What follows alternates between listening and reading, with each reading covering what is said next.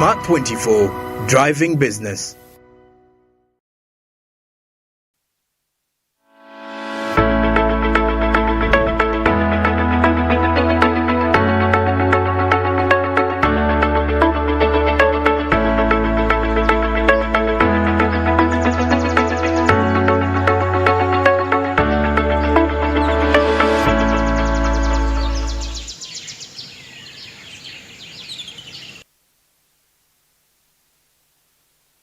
Welcome to Smart Men's Business. I'm Anju Bariji, and today is the 16th of June. Of course, just one day after the budget day, when the budget was read yesterday. And well, quite lots of aspects were discussed in relation to that. And definitely we're going to be having further discussions and analysis in relation to whatever was discussed. Well, of course, before we get into in there, don't forget the markets on the Zabo platform, which are going to be opening anytime from now. Start to 92 hashes, the USSD code for you there, and you will be available with a number of options where you will be able to buy government bonds and securities for as little as 15,000 Ugandan shillings. Yes, the markets will be opening at exactly 8:15 a.m., closing at 3:15 p.m. East African time, Monday up to Friday, except on the weekends and the public holidays when you can access those markets. But, well, definitely, despite the fact that you have the rest of the 5 days to capitalize and make yourself quite some huge profits, something which I believe is quite very relevant for your personal growth as a person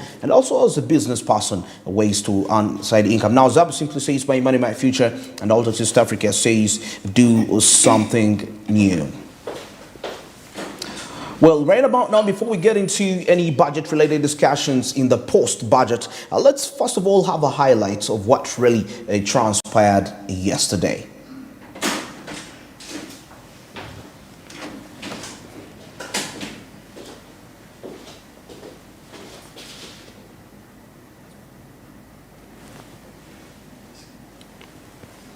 Well, coming up in our morning call, it's going to be in relation to what really transpired yesterday. Of course, as we see rationalization of government agencies, supposed to commence the financial year 2024, of course, on 2025, all those of the matters were discussed into the budget for the financial year yesterday. Let's get into this morning call real quick as we take a look at that. Several innovation and scientific research initiatives that will propel Uganda industry into the high technology economy. These include vaccine research and development, including therapeutics and diagnostics, to enable Uganda to enter into the pathogenic economy. 3, automotive industry technology development. 4, chipset and robotics manufacturing. During this financial year, we enhanced the salaries for scientists by shilling 508 billion. We shall continue to support scientists and innovators to undertake the process of intellectual property registration, train and sensitize stakeholders on intellectual property. We have provided 257 billion to support science, innovation, technology development. Mineral beneficiation.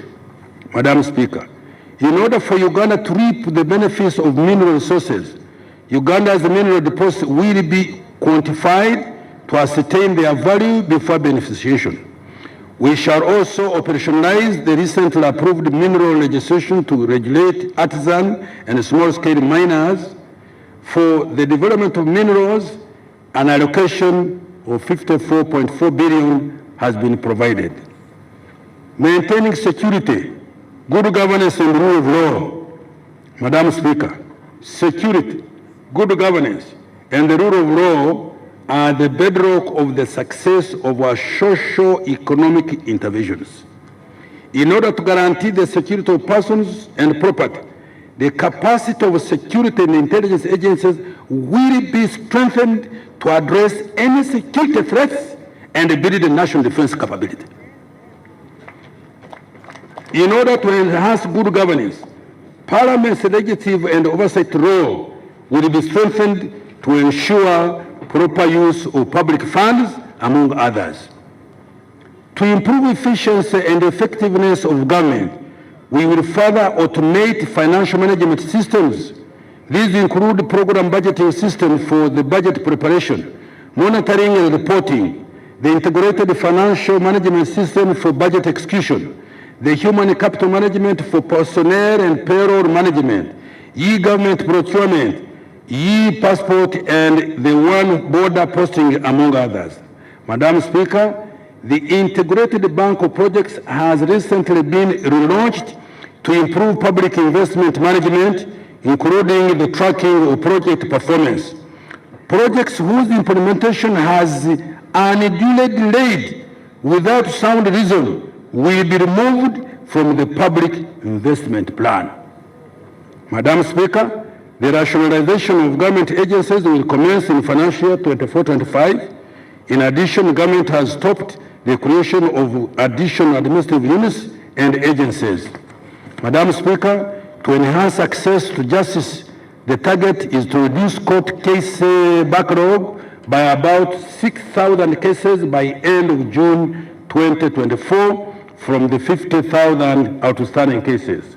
A total of 117 districts already have complete frontline criminal and civil justice service delivery points comprising of a police station, court, prison, prosecution services, and legal aid services, among others. The target is to have 119 districts with justice service delivery points by end of June. Well, quite lots of prospects in there, but of course, the good news in there is that the government, this budget is going to be boosting the incomes of the families through the different priorities which the government decided that is to undertake for the financial year 2023, 2024, and of course, those included aspects like the yoga and the PDM initiative, which are going to be some of the key priorities to bring in, back that up. And well, that's good news, but well, the bigger picture in here is that how are you positioned for you to be able to take part of these funds, you know, and you get these benefit. Masika Tim, I think that that is something very important, right? Yes. Good morning. Positioning yourself. Yes, good morning, Andrew. Good morning. I must say, actually, yesterday it was quite an amazing turn up, and of course, the reading of the budget. Why? Because I mean, he pointed out, like you said, that this budget is to boost family income. But of course, if you could see the allocation of the PDM, 1.1 trillion, that's quite some huge money. So that means we are going to see factors like commercialization of agriculture. People are going to be more invested in making sure that their homesteads actually have some income within their families. And of course, that is what we are aiming at. If families can have an income, at least if a family head can have an income, probably daily, they have something. Absolutely. Something that is going to develop us as a country. Absolutely. And of course, the restrictions of travel for legislators have been restricted. Of course, minimal number of legislators will be actually required to go, because we had this tendency of people going, delegations going, and of course, money is being dispersed off. Yeah. And of course, purchasing of new cars for legislators. I believe those are some of the things that have been dragging us behind. I mean, if you've been like a member of parliament for the last term and you are in the next term, I mean, there is no need for you to purchase a car. I mean, you could still use the old one and probably use the money you've been given for other productive things. This budget, I must say, actually, it's going to develop us as a country, and of course, taxes that were imposed. I mean, get ready, because I see now local spirits at 60%. Of course, that is 1,500 shillings for those that manufacture local alcohol or spirits. True. I must say, really, the budget wasn't that bad. Of course, we saw some factors that led to the increase of the budget. And of course, with time, we shall see how this money will be dispersed over, and of course, how it will help develop our economy as Uganda. All right. Of course, with the further aspects in here, we see that the economy is projected to grow at a rate of 6%. That is for the financial 2023-2024, and about 6.57% in the next 5 years. Well, more of that is quite a very, it's something interesting to hear, most especially as a business person, as a person that is participating towards economic growth and development. Well, on top of that, let's get into our press right now and see what's making headlines.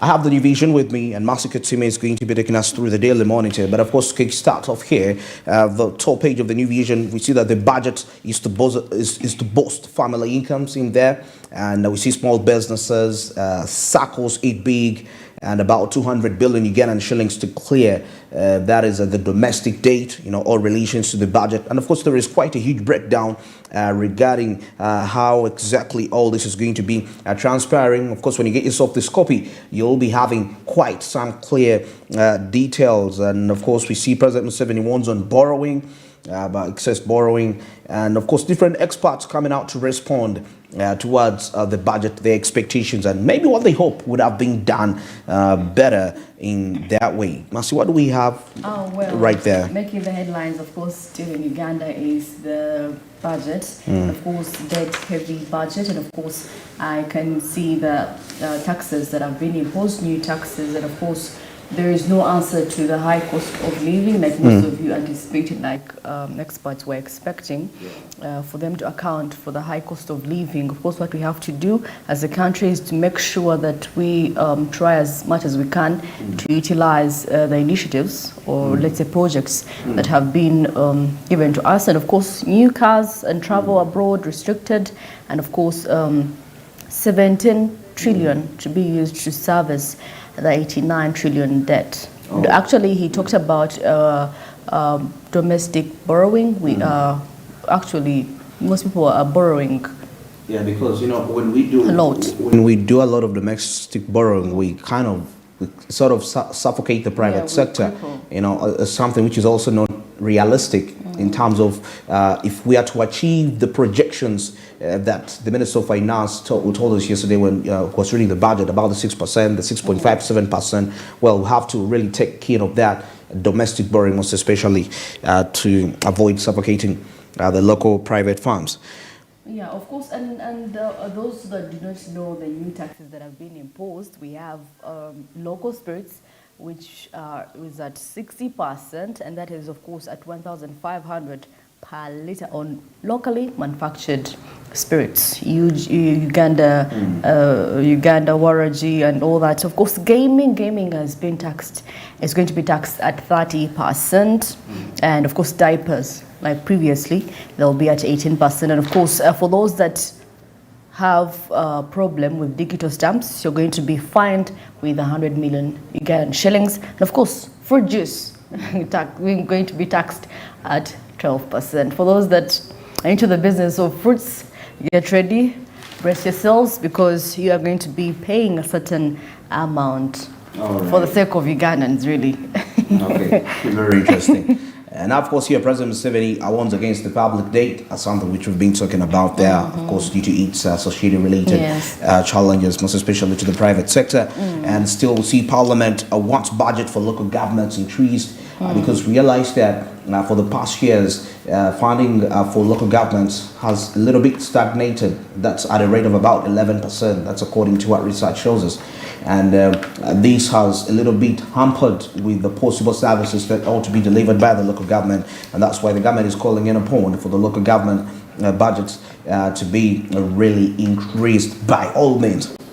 Now, here stakeholders commend increased funding. That is for agro-industrialization. This is something which the president himself has really emphasized. Even during the State of the Nation's address, even yesterday he mentioned it, where he said that despite the fact, we say all this, but our economy is still raw material based, and of course raw material can be from various aspects of the sectors, but not looking at exactly agriculture, agro-industrialization, something which should be taken very, very seriously. That is if we are to witness increased incomes. Now, of course, still stakeholders concerned about high rate of borrowing, as far as experts really are giving what they really think. And of course, they commend increased funding, that is to roads, but also skilling is something which is very key now. That falls hand in hand with what they call human capital development. Skilling the labor, all that. Of course, when you get yourself this copy, you'll be in position to get in further details in here. And maybe before I cross over to Mercy, we see budget priorities. SMEs analysts, of course, speak out regarding the budget. Of course, I can see John Walugembe here, Patrick Ayota, Sarah Pendi, Godfrey Asea, all these experts, of course, giving out their opinions regarding the budget when it comes to SME, small and intermediary enterprises. Well, government to spend 900 shillings on drugs or a month per citizen. Is it 900 shillings? Yeah. I think that's 900 shillings. And of course, that is going to be 69 billion for every citizen, if they're to spend 900 shillings Exactly. for a citizen per month. Of course, health workers have come and, advocating for prioritizing of health. And of course, I believe it's the fact that it's program based. I think some sectors are they benefit one way or the other into these different programs. And of course, and the industrialization budget boosted, agriculture is going to take the lead because, this is our backbone. Agriculture is our thing. So definitely, we have to make sure that we boost it so that we can grow as a country. If you realize, most of the people, I must say, not okay. Those that are in our homes, the villages, they dependent on agriculture. So if you find a certain percentage of Ugandans depend on that, that means that is where our strength is, and that's where we are supposed to put our focus on. Absolutely. So definitely that is why initiatives like this, PDM in yoga is coming up, and of course skilling of the youth, which is quite important because we are seeing a lot of unemployment in our country, Uganda. So definitely if we could skill up our youth, then definitely they could have something on their own other than waiting to be employed and of course struggling with salary at the end of the month. If you could have a daily income, at least 10,000, that's enough. Absolutely. For a day. Absolutely true. Now, still further into the new vision here, the experts want small industrial parks established in rural areas. And I guess something which is quite very key, most especially, I believe the intention is to cap the rural-urban migration, which has really caused huge slums into the city of Kampala. Of course, where we see high crime rate increasing, which hampers economic growth and development. What do you think about that? I guess that would be something quite very ideal. Now, Uganda Airlines are still to carry out pilgrims on maiden flight. That is to Saudi Arabia. Quite some good business here. And the economy was up by 5.5%.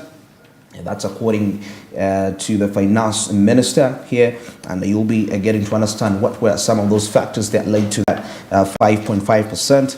Of course, away from what the 6% of the projected when it comes to the financial year 2023-2024. Well, right about now, let's cross over and take a look at what's happening into the world of traffic. And the images you're looking at there are coming in all the way from Kira Road.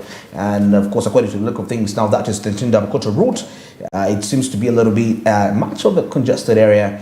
Yes, now for the people that are coming in from Tinda, you're coming in from Bukoto, well, it's quite a little bit tricky for you if you're just leaving home right now. Well, I don't know what's going to happen in the next 20 minutes, but definitely as the later days go on, we know that the jam increases in some sort of a way. But that is the situation like there. You might be delayed a little bit. Traffic officers, of course, doing whatever it takes to make sure that there is absolute control of the vehicles that are coming in from the Tinda-Bukoto route. Of course, now majority of those are going to be crossing over to city center. Some are going to be heading towards the Lugogo bypass. It's the road just opposite Tinda-Bukoto route there, connecting there. But it seems to be mildly congested. Not congested as such, but mild congestion. There is jam that is static, but there is that can be a little bit in motion.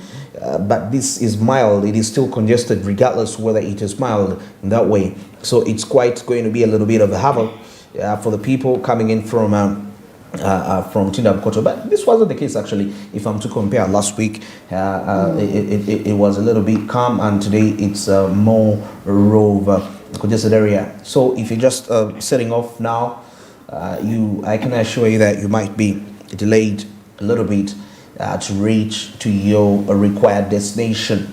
Yes, so many vehicles, and majority are private vehicles that are caught up in there. That really explains and tells us what we're observing in there. Quite congested. Now, just imagine what's going to happen in the next 20 minutes, because as the day moves on, the peak hours, definitely the jam keeps on increasing from that. So you can see the officer in absolute control. But I believe sometimes if these traffic lights are left to really be in full position, in full control of this congestion, it could be quite a fair aspect in there. But that is our observation. He's doing whatever it takes to make sure that the vehicles are in absolute control. A few border borders in there. Yes, few border borders, which we know actually majority account for why there is increased road-related crimes in the country, Uganda. But definitely there are not many on this area. This is actually one of those junctions that have the least border borders amongst the junctions that are least that we normally do our researches on in relation to the traffic congestion. Of course, as the vehicles are released, you can see some are heading towards the Kira Road, and others are heading straight to the Lugogo bypass to go and execute the different business. Now, of course, seeing vehicles that are coming in from Kampala, that is via the Kira Road, and they are connecting towards Tindabukoto, definitely. Yes, as you know, actually that route is mainly, it's residential. Tindabukoto is residential, but also at the same time, the people that have workspaces there, people who wake up to, who have their shops, some companies having offices there, and so many. Yes, but of course on this other side of the road, coming in from Kampala, heading towards Tindabukoto, that is the Kira route. It's mildly, there is not congestion actually.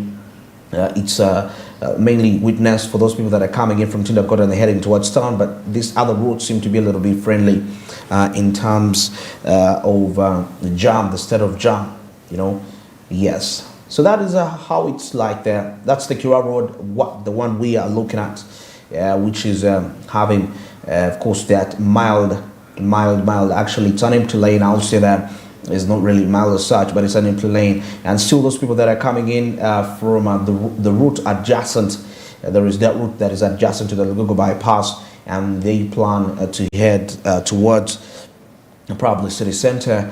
It's also in most cases a friendly aspect for them, and that is okay. And interestingly, actually there are schools around these areas, and we know that in most cases places that have schools closer to them in most cases tend to have a thick congestion during the morning hours. But this is largely attributed, most especially if a school is a primary school.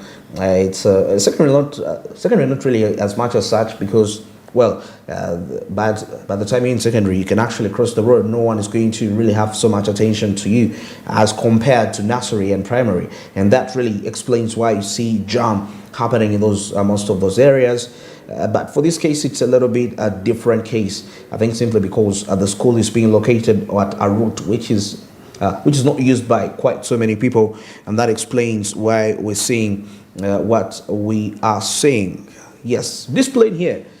Being of course put in on emphasis, of course as we see the traffic officers in absolute control. Yes, now that's the road adjacent to the Lugogo bypass. It doesn't really have lots of vehicles in most cases, and in a few minutes when those vehicles are set free, you'll be surprised of how empty that route will be like. And now finally, as we switch our eyes, that is the Lugogo bypass, now away from the route that is away from the route that is adjacent. You can see, of course, quite a few vehicles held in there, an ambulance in there, but in a few minutes they're going to be held and they'll be set free to go. Well, that is it for the traffic updates this morning. It's 26 minutes past 7. I hope you can really be able to make the right decisions when it comes to what route you're going to use to make sure that you arrive at your business place. Well, and for those that are being employed, definitely you have to reach your respective workplaces in the required time as you ought to do. Well, now let's get into the break. Definitely when we return, we shall be taking a look at what's happening on the international community and East Africa, but all relating it to the business aspect. Good morning.